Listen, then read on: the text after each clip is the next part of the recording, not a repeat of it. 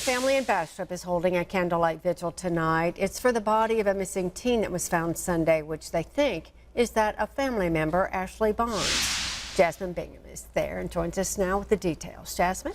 The family of Ashley Barnes say she went missing on Thursday. They say they filed a missing persons report and later tracked her phone to a location on Daisy and Vesta Street.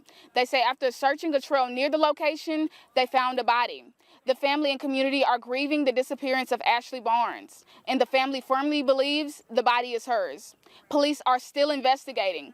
Today, a friend of the 14-year-old is holding a candlelight vigil for the family and community in honor of her.